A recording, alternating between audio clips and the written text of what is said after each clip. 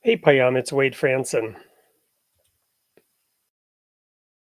Former minister and founder of Something or Other Publishing, Wade Franson is the host of Created in the Image of God, a series that examines the role of religion in society, from messianic returns to the emotive responses transmitted through our culture. Wade fearlessly addresses reality claims from all directions, objectively exploring their compatibility with Holy Scripture. Tonight's episode, Crossing the Desert, with Payam Zamani.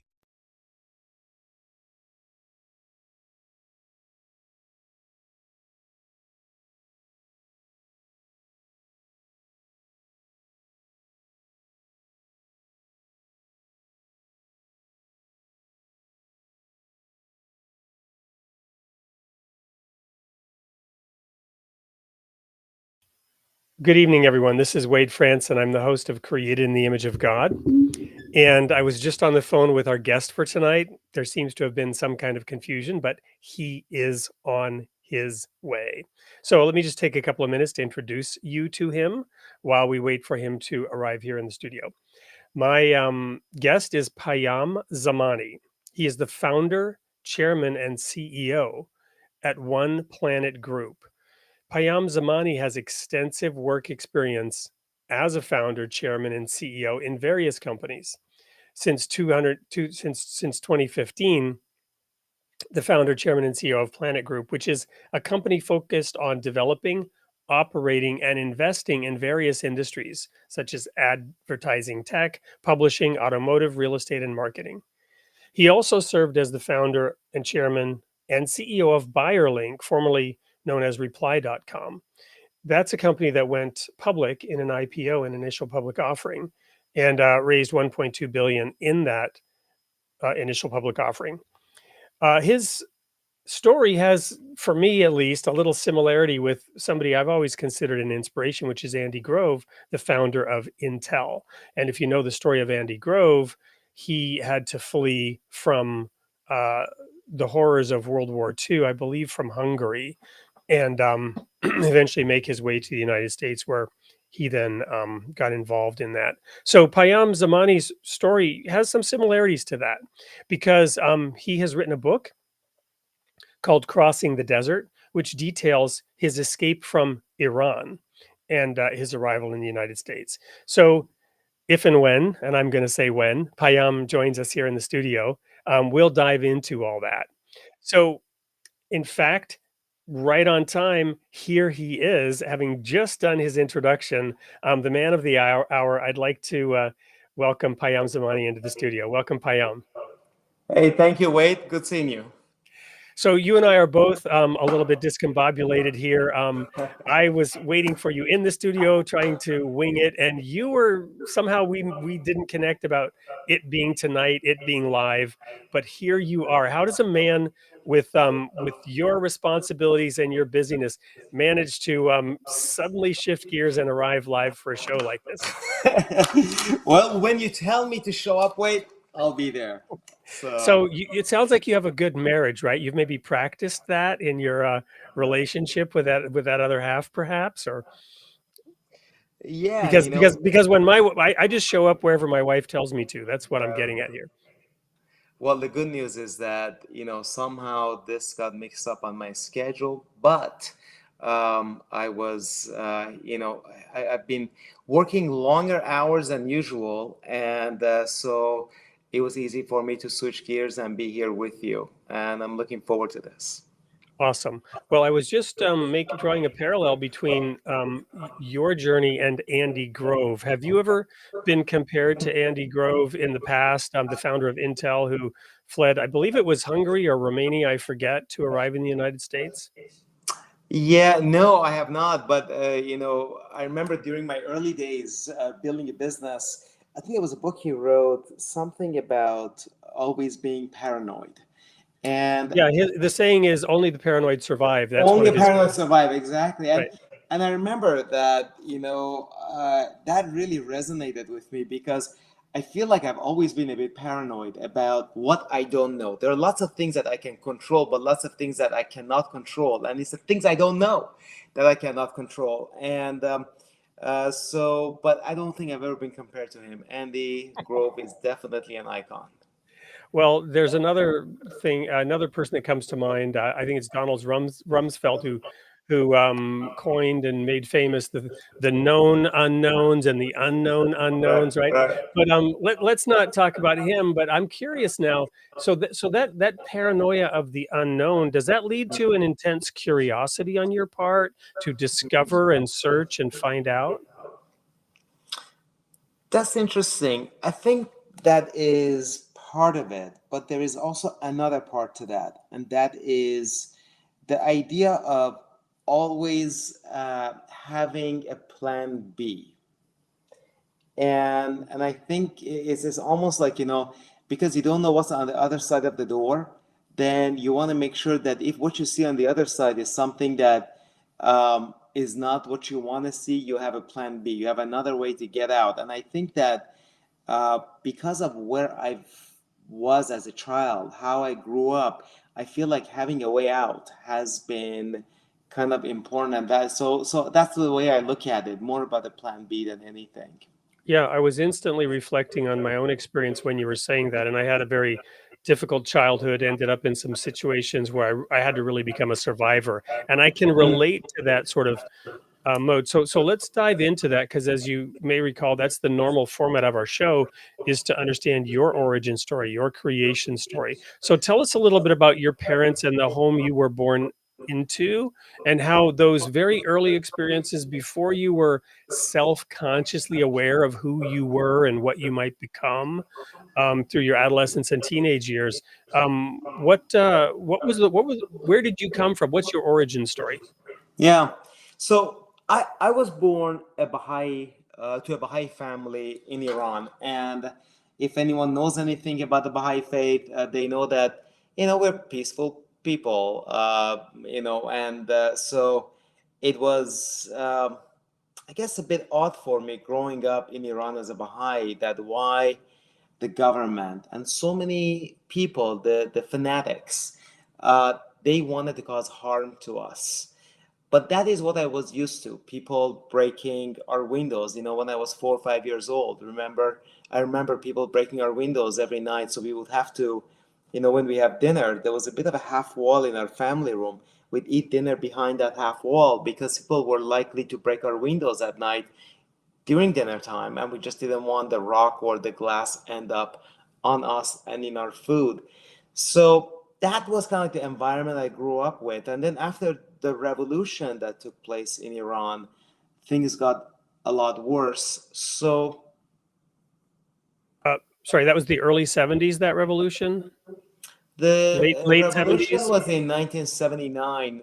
I was born in early 70s, so those experiences, people actually breaking our windows, was before the revolution. And after the revolution, things got a lot worse. So I feel like I was born into a family of devout Baha'is. My dad, who was a Muslim and became a Baha'i himself, he was on fire. He wanted to spread the unifying message of the Baha'i faith wherever he could. So, we lived in all kinds of remote places there were no Baha'is, and there were, in fact, he would seek places that there were people who needed that message the most, and that caused me to get used to hardship, and uh, we were not looking for getting harmed, but we wanted to be able to spread that message. My parents wanted to spread the message. So then as you became a little bit more aware, you were still living in Iran during your adolescence, 11, 12, 13. Yeah. Um, how did that shape your consciousness yourself? Were you enthusiastically supportive of your father's zeal, or were you more shy and reticent and say, "Hey, stop drawing attention to us"? What were your emotions as a teenager in that Mm. context? So I think there was a shift from before the revolution to after the revolution. Before the revolution, my dad had that zeal to go to remote places, live the life of spreading the message of the Baha'i faith. But then after the revolution, I think life changed a little bit. You had a country that, the new government was killing Baha'is, had imprisoned thousands of Baha'is. Kids like me, 11-year-old, I was expelled from school in the worst possible way you can imagine. And and then there was a war going on with Iraq. So life had changed quite a bit, and we were probably a bit more in the survival mode than anything else. So, what were the circumstances then around your departure, and should I call it an escape? This gets into your book, which we'll get into in a Yeah, minute. But to just what were the circumstances that led up to that? yeah. So, I briefly just touched on the idea that I was when I was 11 years old, I was expelled from school. A mob that was that the what I call the chief hate officer, the person who on campus wanted to make sure that we were following all the Islamic laws, whether we were Muslim or not. That this person wanted the mob that day to cleanse the school of the infidels, and I was one of the two infidels in that school, one of the people who was not a Muslim. I survived that situation. I call that the bleeding mile in my book. I survived that situation, but then I wasn't able to live with my parents for a period of time. I couldn't be in the city where my parents lived, just because of the danger that was clearly present. And so I lived away from my parents at that young age for a few years. And then when we reunited, it also became clear that the situation was not really much better, at least where we lived was not much better. So finally, in 1987, we came to a conclusion that it was best for me to leave Iran. But the government had also taken away passports from Baha'is. The same government that was making life very difficult for Baha'is, was treating us like second-class citizens, wanted to get rid of us, had also decided that it wanted to keep the Baha'is in the country and cause as much suffrage as they could. So my parents decided that it was the right thing for me to leave, but then how do you leave when you don't have a passport? You have to get smuggled out. And that's what they did. They good law-abiding citizens that my parents were, somehow, some way, they found a smuggler that was able to get me out of the country. And the way you find the smuggler, later on I found, was that you talk to other families that they have sent their kids out of the country, and through them you finally find somebody who knows somebody who can make an introduction, and finally you hire someone and you find a way out. And that's what they did. And they paid $10,000 to a smuggler, and they're part of course a network, to get me to the other side, to Pakistan. Well, let's then cut to a video of your book. We want to encourage the audience to engage with us, because there will be copies of that book for the audience member whose comments we like. This video that we've prepared will give a little bit of insight into that whole journey. And right after this short video of that book, we'll dive into the topics that it raises. So don't go anywhere. We're talking to Payam Zamani, his new book, and his life crossing the desert. We'll be right back. 1987, a young man embarked on a journey that would forever change his life. At just 16, Payam Zamani fled persecution in Iran, escaping through the perilous emptiness desert. 5 days of relentless heat, dry winds, and an unwavering will to survive. Against all odds, Payam made it to America. 12 years later, he and his brother had achieved what seemed impossible, a billion-dollar IPO on Wall Street. But success on paper couldn't shield him from the harsh lessons of modern capitalism. In 2015, Payam set out to redefine what it means to be an entrepreneur, founding One Planet Group, a company built on the principles of spiritual capitalism. One Planet Group proves that business can thrive while taking care of people, communities, and the planet. In Crossing the Desert, Payam shares his intimate journey, offering profound insights into the paths we choose and the values we hold dear. Discover how embracing life's most difficult journeys can lead to a brighter future, not just for yourself, but for everyone around you. Join Payam Zamani in Crossing the Desert and let his story inspire your own journey of resilience and transformation. Get your copy today and start your own journey towards a brighter future.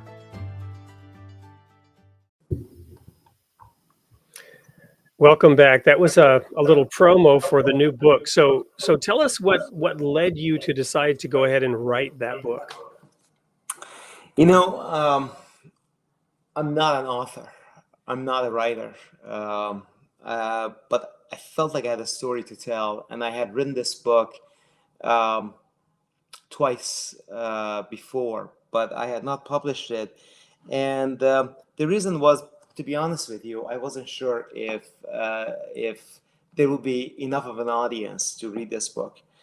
But then, when in recent years, the whole concept of hope and what this country stands for, on one hand, and then also seeing the situation in Iran, in other places in the world, not getting better, it inspired me to want to tell this story and to also want to talk about how we can potentially collectively build better companies here in the US.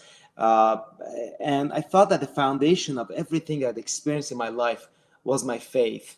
And I wanted to put that together in the form of a book that would tell my story, but would also shine the light on what many people are experiencing in other places on the planet and how the US can represent that hope that they're seeking.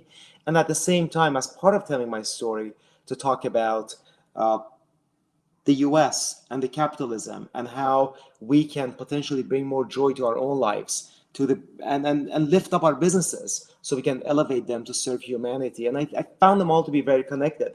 So I finally put the decided to write the book. It took me about 2.5 years, and I'm glad I did. It's the book is not out yet; it'll be out next week. But I'm really humbled by uh, all the feedback I've received from people, all the messages I've received from those who have seen the early copies of the book. So I feel like it's one of those stories that maybe it's never too late. But I think particularly when we live at this cross section of the situation in the world and the situation with business, greed, materialism, I feel like there's an intersection here that this book covers. That the timing I think is right. Yeah, all of those topics are critically important to all of us. I'm intrigued by your representation of America as a land of hope, because America, in my view, and by the way, I'm an immigrant. I was born in Canada, and I lived pretty much half my life outside the U.S. Until I was 40, and lived in multiple different countries and had the opportunity to look at this question from multiple different nations, as what a nation should be, and what America represents to the world. I'm curious as to your perspective, coming from Iran and then arriving in America and now representing America as a country of hope, because again, it's under attack in my view from many directions as Yeah. something other than a country of hope. Yeah, so there's no question that you've got an environment in this country that we have lost, in a sense, at some level our way. I wrote an article about a couple of years ago talking about is that light that this country has had, is it dimming? I don't think so. I think a lot of people talk about it in that manner, but I don't think so, because if you are today a teenager anywhere in the world that atrocities are affecting your life, even if you're a teenager in Gaza, you're not thinking that Saudi Arabia is going to save you. You don't think that China or Russia are going to save you, but you do think that potentially US is going to save you. That to me is a spiritual destiny that this country has. And to me, that represents the kind of hope and the kind of, what is an integral part of this country, which is truly special. And I think that some of us today in this country are kind of running away from it. We feel that by being an isolationist, we kind of better this country. I don't think so. This country is meant to be much, much bigger than that. So let's talk a little bit about your then foray into the business world, because you arrived here at age 16, is that right? I left Iran. I So escaped so Iran when I was 16. I arrived when I was 17. Okay, so tell us a little bit about that experience. Bring us Mm, into the life, the mind of that 16-year-old as you were being smuggled out. So I'm assuming there was hope, but there was surely also a lot of fear yeah. at that moment. No, it's interesting. Actually, today I was talking about this exact subject with someone, and here's the interesting thing. When I and as I wrote this book, I had to go back and put myself in that situation. And interestingly enough, when I think about those days, I don't have a whole lot of emotions about myself. My emotions were primarily about others, about my mom who had brought me to that border town, and she was saying goodbye to her son, the final remaining sibling that she had with her, um, about basically how she was feeling at that moment. And I think that that's where my mind was, that's where my heart was, thinking about my mom's experience, thinking about the people I was leaving behind, a lot more so than my own feelings. So what is the situation with your family in Iran now? Mm.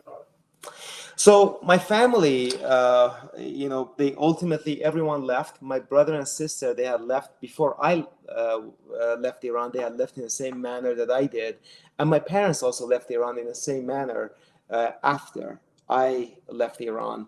It took a lot of persuasion by me and my siblings to convince them to leave, but my dad felt like staying in Iran was a form of showing resilience, and he was right. But at the end of the day, the need for the family to be together was greater. So what was that journey like? What were the specifics of being smuggled? So I'll take you back a little bit to. I'll try to make this short. Um, I had my mom had. We lived in Shiraz, which is in southern Iran, south central in Iran, and but the night before me leaving for the border town, we were in Tehran, the capital city, and we had just met the contact that the smuggler had in Tehran, and the contact had enough information about me that I could pass on to somebody in that border town, so that individual would be able to identify me when we'd get there. To get to that border town called Zahedan, it was a 24-hour bus ride through what is called Dasht Lut, or emptiness desert, which NASA, by the way, says it's the hottest place on the planet with the temperatures rising to 152 degrees Fahrenheit. And at, after 24 hours, at 8 a.m. on July 7th, we arrived in Zahedan, so in the middle of summer. And the smuggler had told me that I cannot say goodbye to my mom. They thought that me saying goodbye in that border town where Iran, Pakistan, and Afghanistan meet, which is one of the more dangerous places on the planet to be, could raise suspicion because there are others who are leaving the same manner. So he had told me, get off the bus, don't look back, don't say goodbye to your mom, don't touch your mom, go to the side of the road, and a car will pick you up. I did exactly as I was told. I had a small duffel bag with me. I went to the side of the road, and a white Iranian made car stopped, and the guy asked me to get in. I got in, and the car sped away. And I remember I just looked back through the rear window of the car.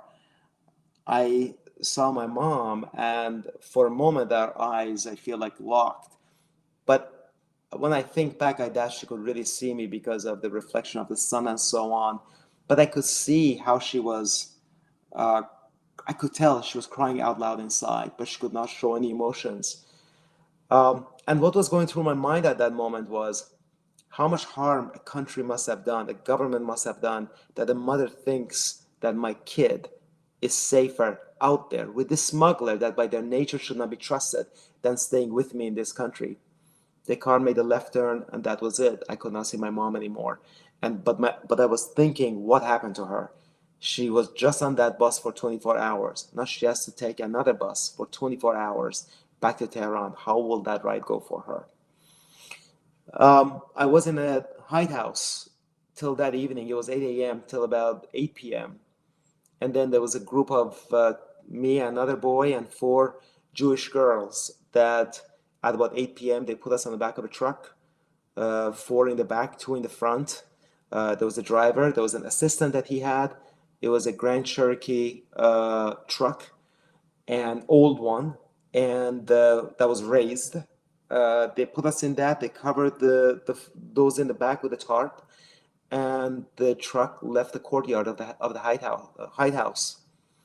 It went on a highway, and by highway it's a 2-lane highway, and the truck was speeding really fast. And there was a moment that I saw that the road is making a right turn, and the driver turned off his lights, and at the same speed went straight out into the desert.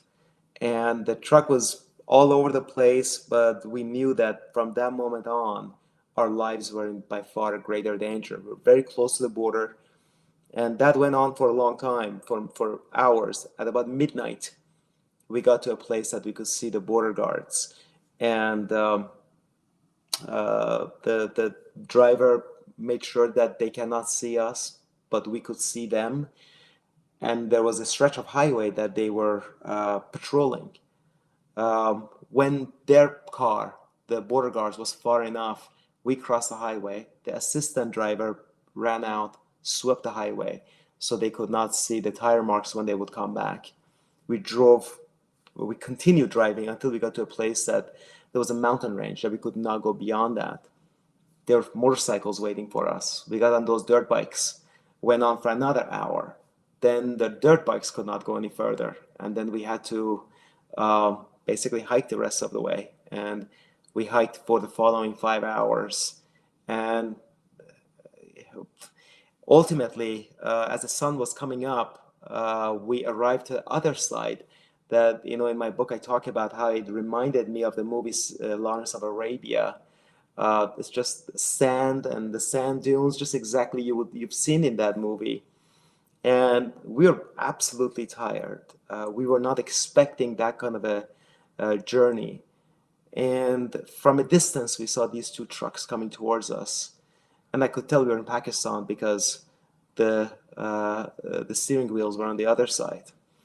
They picked us up, me and another boy in one, and the 4 girls in another, and they took us to a fort. And when I say fort, I mean like a fort from that you would see in the movies from hundreds of years ago, with massive gates that open. You go inside, people are doing all kinds of odd stuff.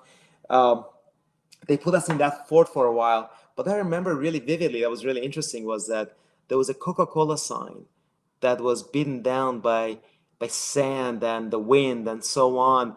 And it was still screeching back and forth in the wind. And I was just wondering, how did that end up here in the middle of absolutely nowhere? They put us on a bus, ultimately, a bus that had everything on it. This was a bus that, looked like a normal bus, but it had a wooden, kind of like the bus itself was made out of wood. So it was screeching as it would drive. And there were goats, and there were chickens and everything, and all kinds of illegal people who had ran away from something on that bus, and maybe drugs, maybe other stuff. I don't know what that bus was doing in the middle of nowhere. And they put us on that bus, and for the next 3 days, I was on that bus. And this bus did not have seats, it had benches. And we went on till we got to a town called Kuwaita 3 days later. And the journey goes on. There's a lot there that I've talked about in a couple of the chapters about this journey, but that was just the beginning of it. We had to spend a week in Kuwaita, and there are Baha'is luckily everywhere. So the Baha'is of Kuwaita that were notified we had a phone number, we called them. They came and they took us to the United Nations outpost, and that's where we got our temporary asylum papers. A week later, I ended up in Lahore, Pakistan by train on the other side of Pakistan. And for that journey, I put on Pakistani clothes so I would not stand out.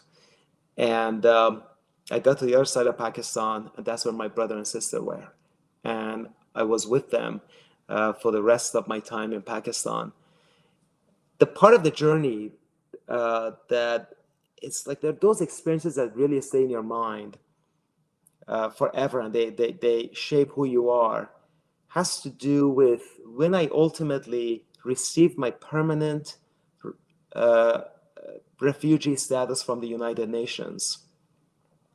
I went to Islamabad, Pakistan, and I went to the US Embassy. And I told the person at the front, he said, "Why are you here?" I said, "Well, I wanna apply to go to the US." And in my mind, I'm thinking me and everybody else. And they invited me in, and they treated me with respect. They, in fact, hired a lawyer to fight on my behalf to get my case approved and presented to the ambassador. And I thought that here I am, 16 years old. My own country has basically pushed me out, pushed me away, did not show me any human rights of any shape or form. Here's a country exactly on the other side of the planet, doesn't owe me anything, but does believe that my life is worth something. And that is when, for the first time at that age, I experienced human rights. And when I say this country has a special place, is because I've experienced it. I've seen what happens when you don't have the rights that a proper country gives you. So I think that as Americans, we have a lot to be proud of. Now, there are other countries that would have let me in too. The UK was, Australia was. But I think that the US goes beyond that, the opportunities that it offers. And so I was grateful for that. And then ultimately, I didn't have the money to buy my ticket to come to the US. And it was Catholic Charities out of New York that bought my ticket. So I could have that memorable journey of flying from Pakistan to San Francisco, and which still, every time I land in San Francisco, I cannot help but think about that day that I landed in San Francisco. And out of the window of the plane, I will look out and I will see those hills. And, on one hand, I had anxiety. I was scared. What will my life will be like? I don't speak the language. I don't know anybody. I don't know the system. But on the other hand, I was excited. This is America. I was thinking, I'm going to just land in America, the country I've been thinking about for so many years. And so it was, and I landed my brother and I were landed at the same time. We came to the US at the same time, and together we had $75. So you can imagine the anxiety that we had, how we'll survive. But there's a way. In the US, there's always a way.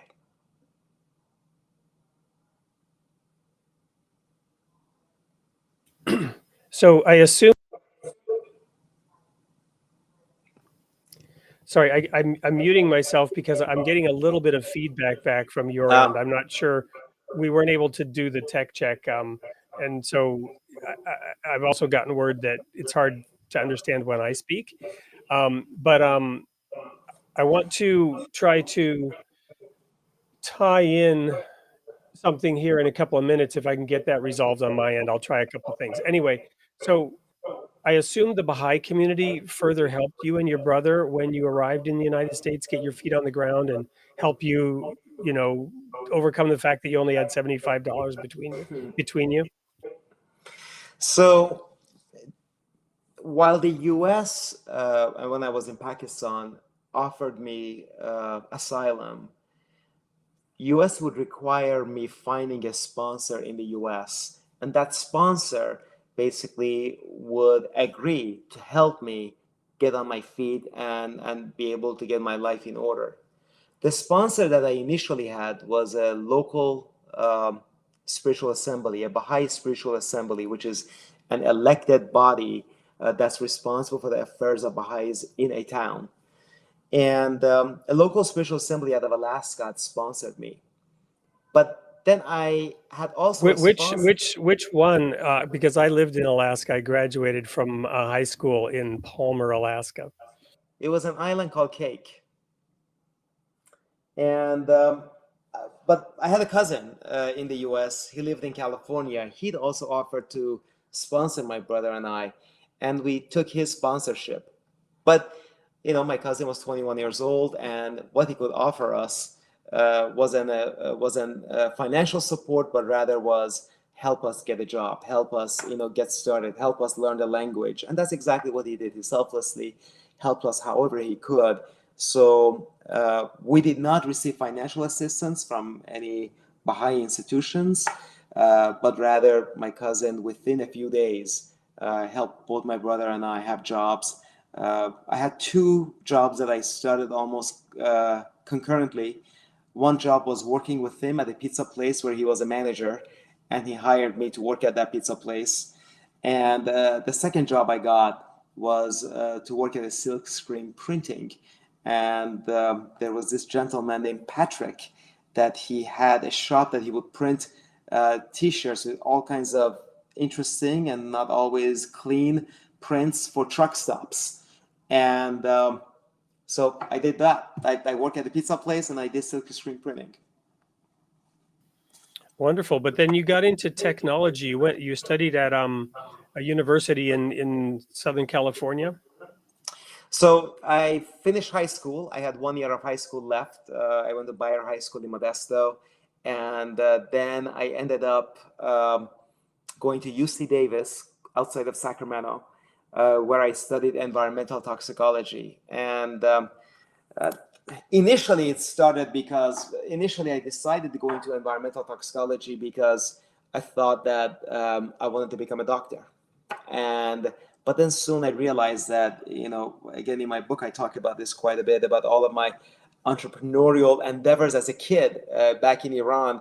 And I had some experiences in the US that brought all of that back to light in my mind. And I decided that I want to be an entrepreneur, and becoming a doctor is not the right path for me. And but I still thought that environmental toxicology was the right major, because this is the early 90s and there were a lot of opportunities were coming about that has something to do with the environment. And I was really excited about the idea of starting a firm to clean up Superfund sites and or write environmental impact reports and so on. So that was my path. And when I graduated from UC Davis in 1994, my brother the same year graduated as well and got a job at Microsoft. He was a technologist. And one day he called me up in November of that year, and he introduced me to the internet because he had an idea that he thought could be a business online. And so he brought me the idea. I didn't know what the internet was until he signed me up, and he, in a sense, showed it to me. So was that idea the one that became reply.com? So that idea was autoweb.com. So, I had come to the US as a 17-year-old when I arrived. And as you can imagine, coming to the US, 17-year-old who's seen all kinds of American movies. And then I ended up in Modesto, where American Graffiti Night was filmed there. Cruising was still happening every Friday and Saturday evening, bumper-to-bumper traffic in this small town in the middle of, Central Valley, California. Cars were a big deal. So I had owned a lot of different cars, cheap cars. So when my brother came to me in 1994, he said, "Payam, what do you think about the idea of starting a website that could become a business, that we would help consumers learn a lot about cars and the car that they were potentially interested in purchasing before they go to a dealership?" I love the idea. I felt like I'd been a victim of car dealers often enough that I wanted to help consumers with that experience. And, we could have selected any name, but these were the days that only 5,000 domains were registered. Frankly, I probably would have made more money if I would have just registered domain names and sold them later. But we picked AutoWeb, autos on the web, AutoWeb. So that became our business. But at the same time, it became our business, but we had no idea what the opportunity was like. We had a passion for it. And I always tell people, the internet companies that were started in the early to mid 90s, they came out of passion, not because somebody thought that they can become a millionaire by building them. So tell us then about the evolution that then led to your success, um, prior to forming One Planet Group and what you're doing now. So we built AutoWeb. We were fortunate enough to be at the right place, right time, met the right people, many wonderful people who helped us build AutoWeb. And then we took AutoWeb public in 1999. It turned out to be one of the more successful IPOs of the dot-com era. And you can imagine that that happened 11 years after I had come to the US. So 11 years after I showed up in the US with $75 on the West Coast. And, March 23rd, 1999, I'm in New York. And our company is just valued $1.2 billion. So, of course, this is like one of those things that you're thinking that only in America something like this can happen. And I believe that. I think only in America it can happen. But there was also something else that was going through my mind at the time, that I feel like I need to do it again, and I need to do bigger, because that's what Silicon Valley does to you. Or I think that's what capitalism does to you. You keep defining yourself by the latest thing you've done. If you're an entrepreneur, by the latest business you've founded, taken public, sold. Because the journey itself is typically not fulfilling enough. So you think there's got to be more to it. Maybe if I build another company, a bigger company, even though I've already made enough money, maybe it will get interesting. Now, as luck would have it, a dot-com bust also followed. That the value of these businesses went down dramatically.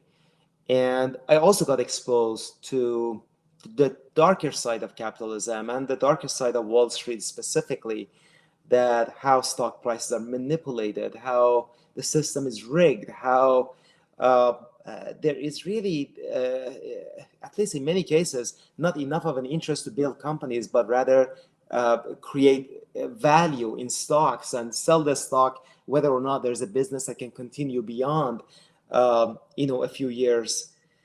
So I decided ultimately over the years to come, it didn't happen overnight, but over the years to come, that I wanted to do things differently. And I thought there's an opportunity to elevate business to a level that we could gain a lot more out of it, that a business could be good for humanity also.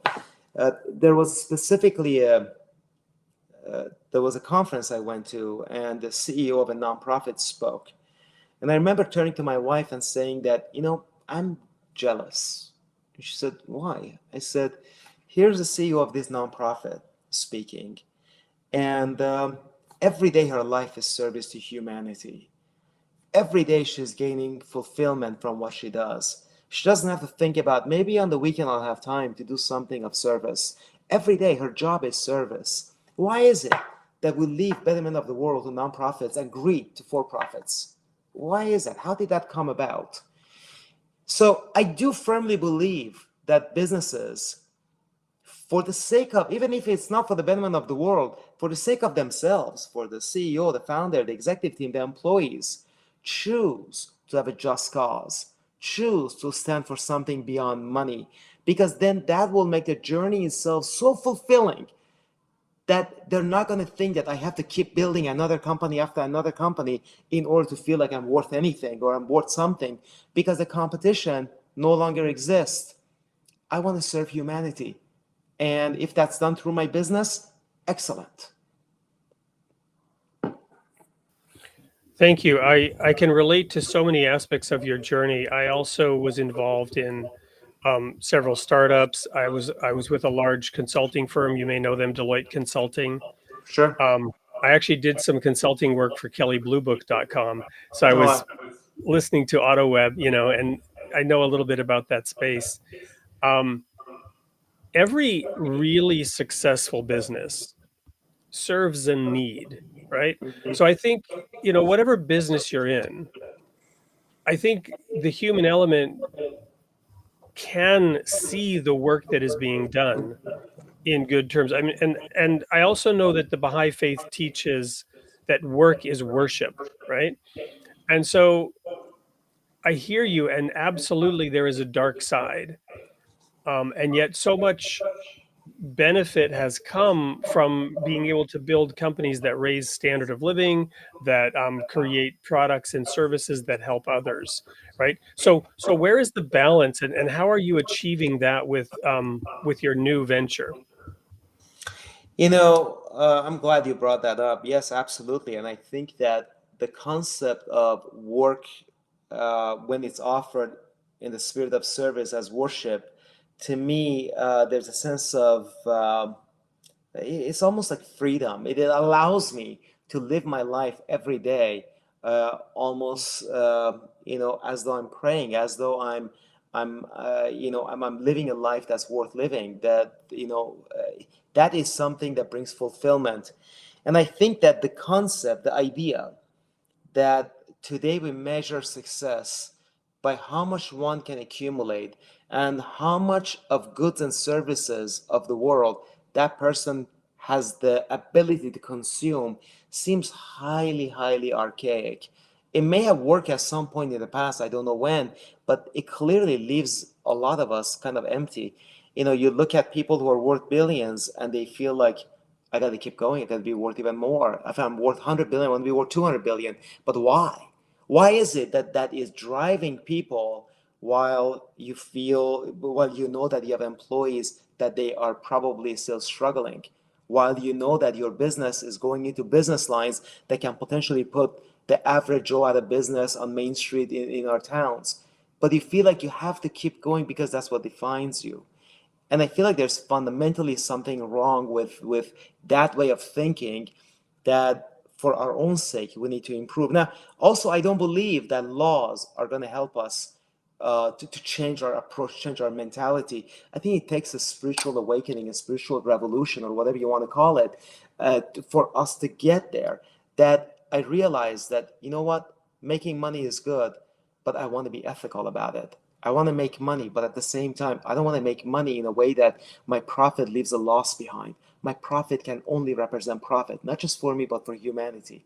I think that there are ways that we are able to do that. And frankly, I'll give you a few examples. Imagine if our businesses give sacrificially, not 1% that some of the Silicon Valley companies they have coined, but rather sacrificially to nonprofit causes. Imagine if our businesses, they say that what social impact they stand for. These are not social impact businesses, but rather a company like NVIDIA that's doing amazingly well. What do you care about? What do you want to see improve on the planet? Stand for that. Give 20% of your stocks to that. Give 10% of your profits to that. That sacrificial way of caring for humanity will bring so much value, so much consciousness to your employees, to everyone who's running that entity, to even your shareholders, that they will gain more than just money from that business. And what's interesting also is that my experience tells me when you do that, your profits actually improve. They don't go the wrong direction. Think about employees. We know millennials want to get more meaning out of their everyday job. Well, this will give it to them. Think about your customers, your vendors, your ecosystem that you are a part of. Everybody wants to be a part of that kind of a business. And that makes your business also more successful. But there's one caveat to that, and that is you need to have a long-term horizon. You cannot just run your business based on manipulating and managing your stock for the next 90 days, as Wall Street has taught us. You got to go way beyond that. You got to think about, I'm going to build a business that's the right business. Even if it's going to take me 10 years to build it, who cares about the next 90 days? Well, so there are, as you know, I'm sure there are already efforts underway, conscious capitalism, triple bottom line. Yeah. What's your take on some of those efforts to you mentioned that absolutely it cannot be done with laws, i.e., regulation. We can't regulate our way out of materialism, right? And it's been tried, and we also have the communist approach, apart from God, no ownership, and that's produced some of the greatest disasters in human history. So, so how are you looking at what the practical tactical solution is for doing what you're proposing, including existing initiatives around conscious capitalism and triple bottom line and so on? Yeah, no, that's. I think that many of those efforts are praiseworthy and they are good. As an entrepreneur, I feel that we need to be careful to not build businesses that are not necessarily good businesses, but they say, but wait a minute, I'm a social impact business. Don't expect me to be that good of a business. And I think that, we need to be careful to understand that a business should be built to be a good business, to be a successful enterprise. But that doesn't mean that that successful enterprise cannot adopt a successful nonprofit. Because and you see this happening all the time, that you get the founder of a major software company that has made a ton of money, all of a sudden he thinks, and usually they're guys, he thinks that I can also solve the problems in Africa, whatever they may be. I don't know. I mean, I think that there are many people who have thought long and hard. They have invested their life in figuring those things out. And maybe we are better off adopting what they're doing than trying to recreate and trying to assume that I'm so good that I can do that too. That's one. The second thing I think is considering the intention that we have behind everything that we do. So, people ask me often, are you afraid of AI? I'm like, I don't know. I could be afraid of the innovator behind the AI, but the AI by itself, no, it's just another technology. But if the innovator means harm, then yeah, I'm going to be very afraid of that. It's just like any other form of technology I could be afraid of. So I think that, and I want to absolutely encourage and challenge executive teams, CEOs, entrepreneurs, even individuals. When you make financial decisions, consider for a moment the intention and the ripple effect of that decision. What's your intention? What do you want to achieve?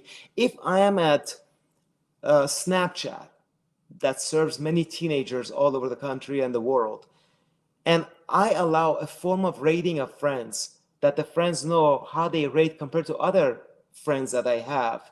Is that good? Is that going to contribute to mental health challenges that teenagers already have? Or am I going to do it regardless because it's good for profits and my stock price, and I'm going to go from $2 billion to $4 billion in net worth? I think that that is what I mean by that, that we're going to consider the intention and the ripple effect of our financial decisions. I think when we get there and we say that, you know what, I'm going to say no to anything that while may be legal, but may not be good for humanity. If we can get there, and again, no law can do that, but if we can get there, I think we have elevated ourselves dramatically.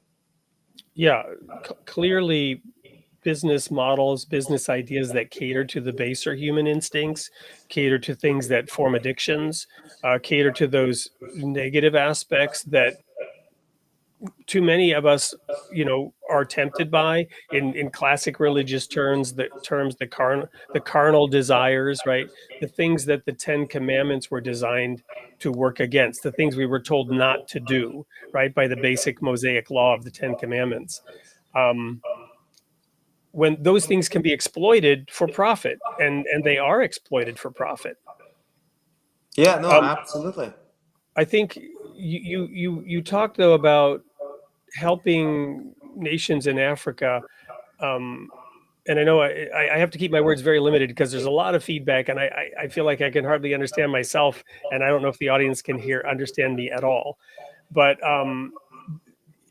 I want to focus on the difference between top down, which corporations, right? They're governed by a board and they're top down. They have a CEO, a chief executive officer, and a C suite. By the way, I do have an MBA. I've been involved in business, so I understand this. Um, but you're talking really more about things that have to happen from the bottom up. What's working on the ground, small local initiatives where things are working, and these things have to be supported and encouraged rather than somebody coming in and saying, here's how you must do it. Is that what I'm gathering? Yes, I feel so. Who knows? And let's say if we're talking about Africa, who knows Gambia better than the Gambians? And I'll give you an example. My wife and I, and our company, we felt that there are two causes that we should care about deeply. One is education of women and girls and their empowerment globally. And the second thing is racial healing in this country, because I feel that that is America's most challenging issue. And by the way, I feel like as an immigrant, I should actually care about that to a great deal, because I benefited from a country that was partly built unjustly. And if I feel like, who cares? I wasn't here when the bad things happened in the 1800s or before that. That's not good enough. I'm benefiting from a country that I should somehow contribute positively back to. And but anyhow, so these two are matters that we care about deeply, and they're the just causes that One Planet cares about deeply. So in the case of Gambia, we decided that, all right, well, we don't know enough about Gambia. What do we do? And there is an organization called Starfish International. They're in Banjul and ran by a wonderful human being who's Gambian, has built this wonderful oasis of hope with this after school program.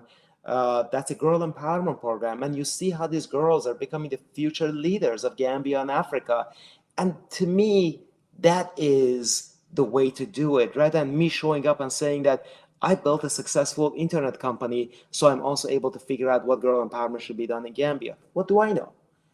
And that, those grassroots opportunities and projects are the ones that really require support. And I hope that we can all stand for that. But I think there's one more thing when we talk about companies going beyond, way beyond, just in a sense, rhetoric, and living the life that will make them a better company. These days we talk a lot about DEI and about diversity. Many companies, many large companies, that they contribute a lot to environmental problems, all kinds of issues. They have a head of DEI. And I think part of the problem is that we look at DEI as something that is a check mark, that I care about DEI, I have a head of DEI, maybe I have a department that worries about DEI, so I want to show the world I care about it. I give 1% to charitable causes because I want to show the world that I care about. But I think we need to go beyond window dressing collectively. Time's up. We got to go way beyond that. And we got to see how we can actually make the world a better place in a meaningful way. When you look at Google, Apple, Meta, and you see that fewer than 30% of their employees are women. This is America. Fewer than 30% of their employees are women. And those women are in their 20s. Why? Because moms are not as likely to work for them, because of the culture that they have, because of just the way that those businesses are operated. To me, there's a way to fix these things if we actually care, if we actually think that we become a stronger business the moment we look like humanity, because I want to serve humanity. I got to look like humanity. So I think that there is a lot that companies are trying to do, but they're trying to do because they feel like that's good PR, because that's a good check mark that they get next to their brand.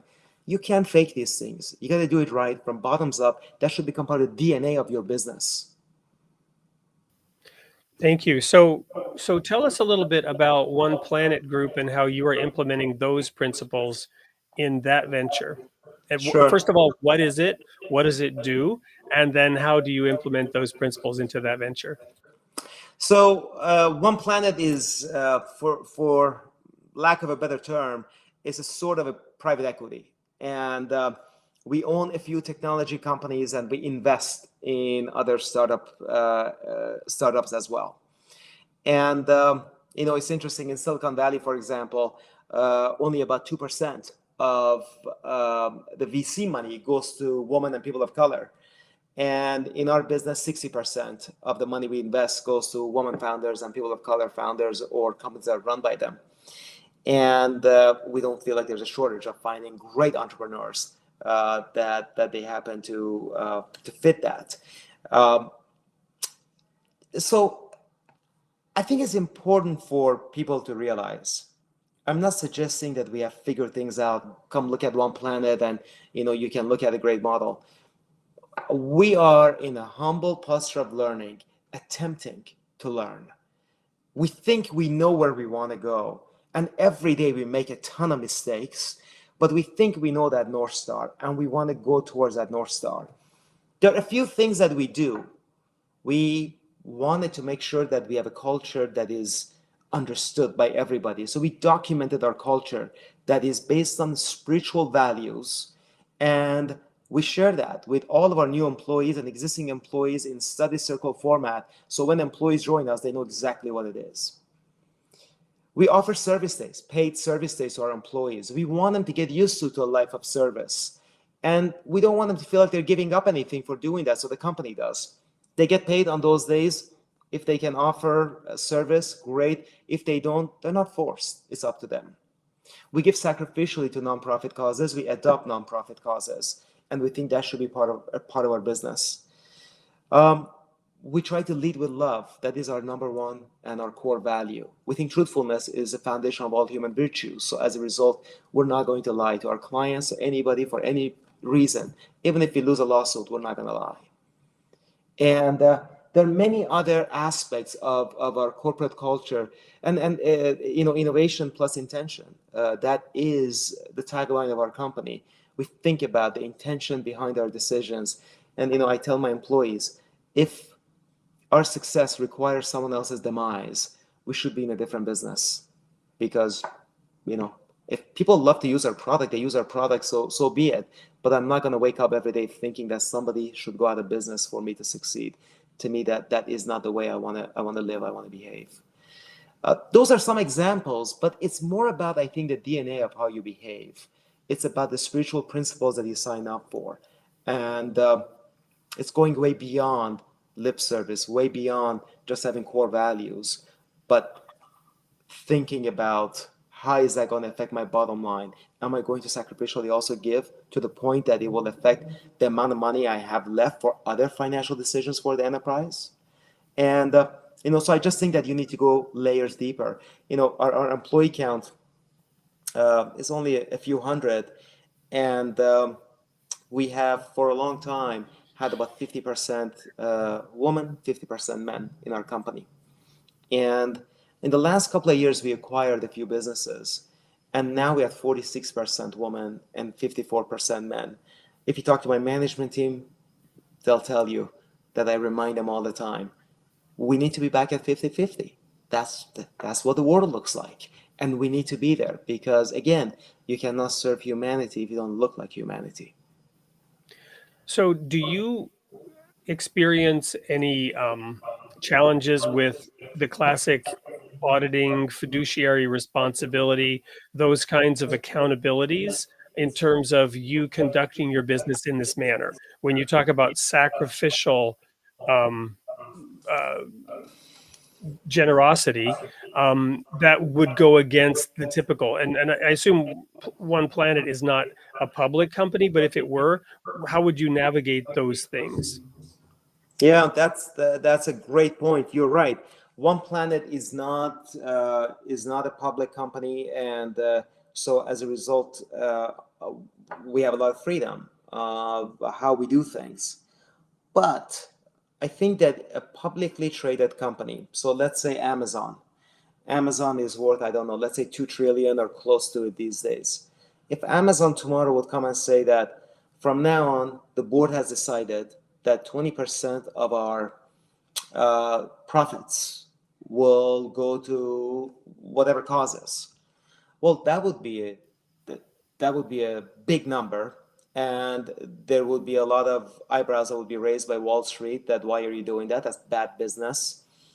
But ultimately, I think that what would happen is the worst thing that can happen is that the stock price would, in a sense, shift and would communicate the fact that this company is a different kind of a company and cares about the betterment of the world.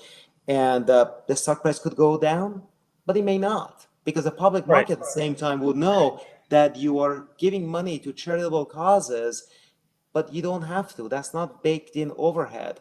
That is not something that is a contractual obligation you have to keep giving. So if times were to get difficult, you could stop that. The point is that has not changed the health of your business, but that has just changed the way you're willing to distribute capital. But there's a lot more things that Amazon can do today. Right. Well, but of course, the money would come from somebody's pocket as it was going into somebody else's pocket, and the shareholders might revolt, and they might, try to remove those board members that has made that decision. Of course, that could also happen, right? That's how the market works, because the shareholders are technically owners, and if the shareholders manage to aggregate 51% of the shares, they can then say we don't like this, and they could stop it. So those are some of the challenges that a public company would face versus a private company, right? You're absolutely right, and there are other ways that you can also achieve the same thing. If you go back to the, and then you can basically, in a sense, slowly get to that point. An example would be, you could offer service days to your employees. Nobody will object to that. In fact, you may improve the likelihood of your employees stay with you longer rather than jumping jobs all the time. There's no reason you cannot consider the intention behind your Right. decisions and consider the consequences of your financial decisions. There is no reason that you could not immediately decide that I'm not going to do things that will cause harm to humanity, even if Right. that means I'm not going to cause Main Street businesses to get shut down, because I think that reduces the choices for consumers, even though it could be good for us. It's not good for humanity. I mean, there are lots of decisions you can make that are not as drastic.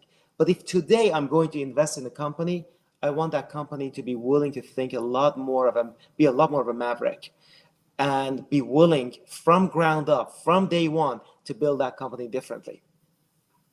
Right. I guess I'm 100% aligned with Sure. you and what you're saying. I'm in violent agreement with you. But I'm also addressing the structural challenges, right, which calls out the need for each and every individual to look at their own choices, because however powerful Jeff Bezos is, or Andy Grove, or Payam Zamani, they are one person, and they are making a difference in their sphere within the constraints of their Sure. ability. And each and every consumer should also be making these decisions. Each and every consumer who responds to those negative tactics, who wants those negative products, who wants to consume things that are harmful to themselves and to others, that are you follow me? A transformation of the minds and hearts of every single human being is ultimately needed for Yeah. the world to be transformed. We can't just point fingers at the rich and powerful and say they need to do something. It has to happen at the grassroots level. You're absolutely right. Every one of us make financial decisions every single day. Every one of us have a role to play, and every one of us, as long as we have a dollar to spend, we have a ripple effect that we have to consider as we spend that money. But I want to just go back for a moment, because I think that you are bringing up a very important point, that once you're a public company, you're at some level at the mercy of your shareholders and of Wall Street. And I remember when we took Ottawa public, we were so happy that our stock price went from $14 to $50 in a day, within 24 hours. And I was excited. Now, when I was only 28 years old, I didn't know any better. And later on, I realized how that happened. So how that happened was, our bankers, which later on they got sued for that, for their actions, what they had done was laddering, which I didn't know what that meant, meaning that they sold shares at $14 to a bunch of people at IPO, but in return for that, they had received their commitment. I don't know if it was verbally or written, I assume verbally, that they will also buy as many shares in the public market at a higher price, ensuring that the price would go up post IPO. The point is, there is no question that the system is rigged as it is operated today. There is no question that Wall Street rigs stock prices, manipulates stock prices all the time. So, yeah, there needs to be a system here that, changes not just for the entrepreneurs and the CEOs or the way of thinking, but I think that we need to see a different way of thinking in Wall Street, probably to begin with, because they are the cause of many of the bad behavior we see within companies. Well, and Abdul Baha, I'm sure you're familiar with this, some even Baha'is may not know it, actually addressed some specifics around this in terms of companies making sure that their employees also had the ability to, in some sense, share in the profits, maybe become owners. He doesn't describe the exact system. You follow me? But Yes. he of course advises us that we should be thinking about these things and coming up with innovative models to equitably share the benefits out with the people who are creating those benefits. And of course capitalism seeks to do that, right? But greed and envy and all of those negative characteristics that we may from time to time fall into or be tempted by whatever, they play in and they start exacerbating human behavior, and people start getting in positions where they can do laddering and many other inventions. When I was at Deloitte, I saw some of it, which is why I ultimately ended up leaving Deloitte Consulting, because of things that were exactly that, SEC violations that should have been front page Wall Street Journal whistleblowers had you been able to provide the smoking gun, right? But of course it's very challenging to take on those big money interests and those big corporations with those kinds of things.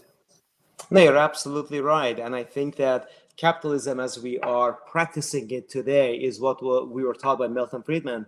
And it is, it reminds me of the movie Wall Street, that greed is good. And we've been taught that. And we may, there may be people that they hear that they go like, well, no, not really. But no, that's exactly what it is. The way it's operating today, it's when we talk about maximization of shareholder value, it is that anything that is not good for business then is bad for business. And that is not true.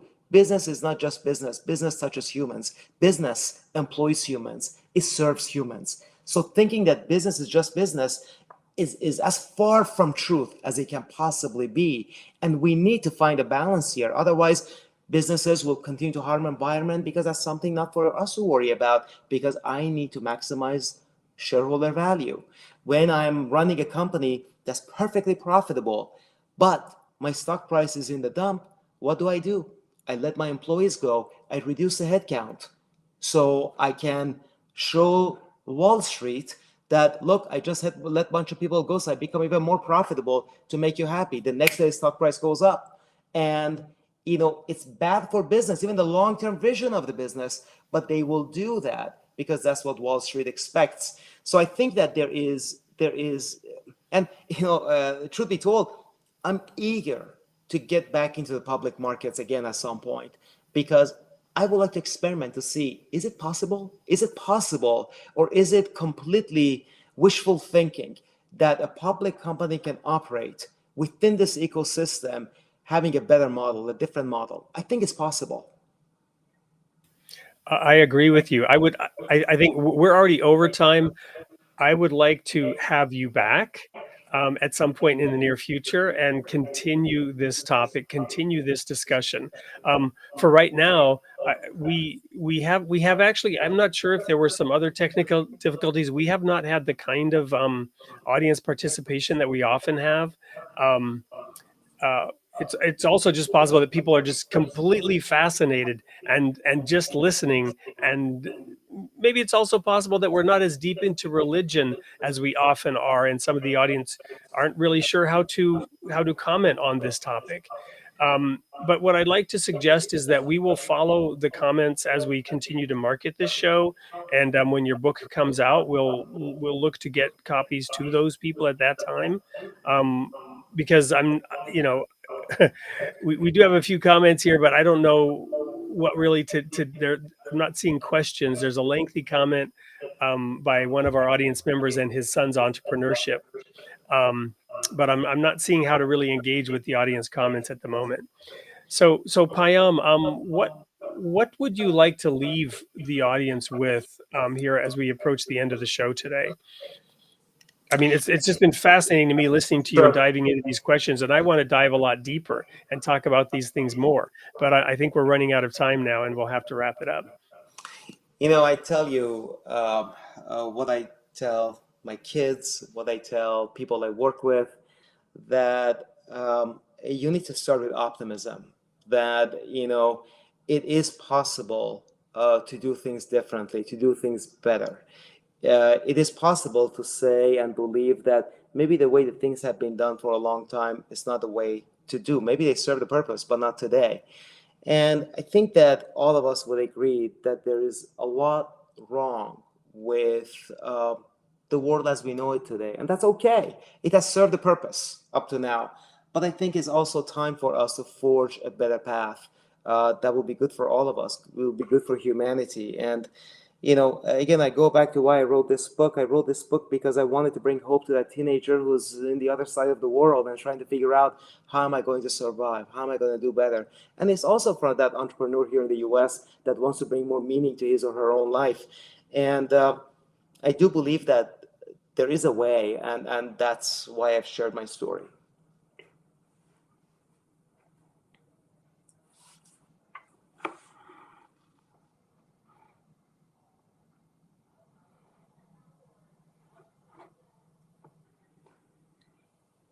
I lost your voice, Wade, but because I was on mute again. We do have some of the audience members jumping in with comments now after I made that comment. sure. Very informative. Thank you, Sue Emil. Mesmerized, riveted, fascinated, ears wide open. And Wendy Blue Manuel, awesome.